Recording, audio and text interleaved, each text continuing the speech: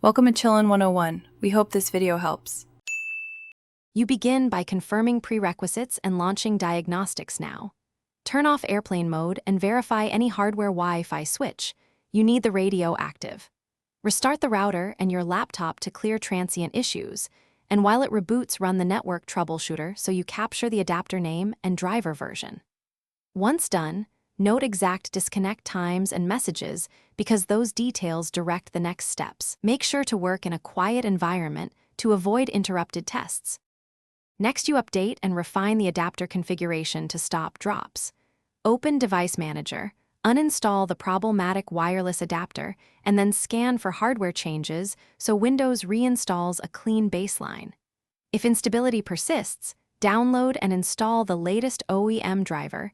Choose a WHQL signed package for stability. Once installed, open Adapter Properties and Power Settings.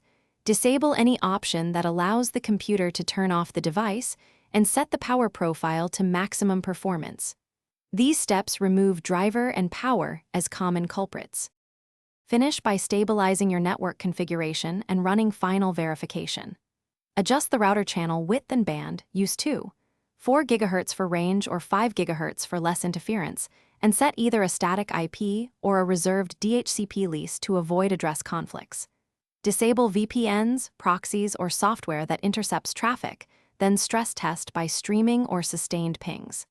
If disconnects continue, factory reset the router. Try a different access point and gather logs for